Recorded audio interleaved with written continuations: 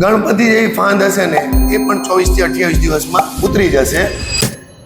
વજન ઉતારવાનો નવો નુસ્ખો લાવ્યો છું મિત્રો તમારી સમક્ષ.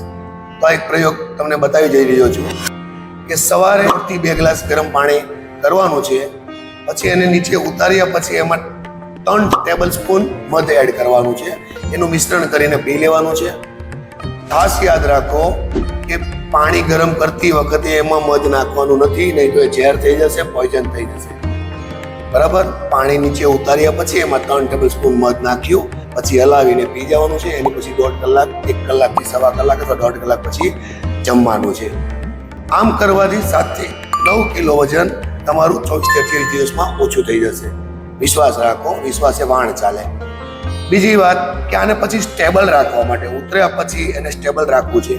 તો સ્ટેબલ રાખવા માટે તમારે મેથી, ધાણા, વરિયાળી, જીરું આ 4 એને એક સમાન ભાગમાં રાખવાનું છે. 150-150 ગ્રામ એને પાવડર બનાવી લીધો. પાવડર પંપમાં બનાવીને 1.5 થી 2 સ્પૂન રાતે પલાળવાની છે.